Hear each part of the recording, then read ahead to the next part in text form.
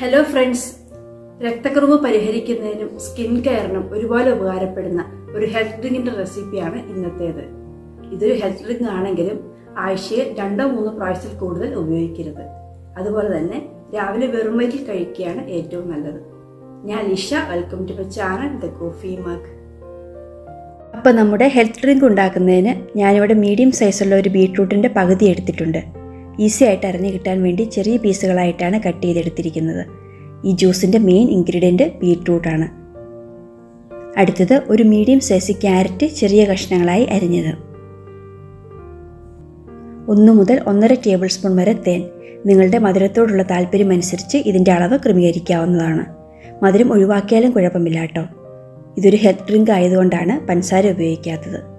1/2 table spoon നാരങ്ങാനീര്, അതായത് ഒരു medium സൈസുള്ള ഒരു നാരങ്ങയുടെ പകുതി പിഴിഞ്ഞെടുത്തത്. ഒരു ചെറിയ കഷ്ണം ഇഞ്ചി.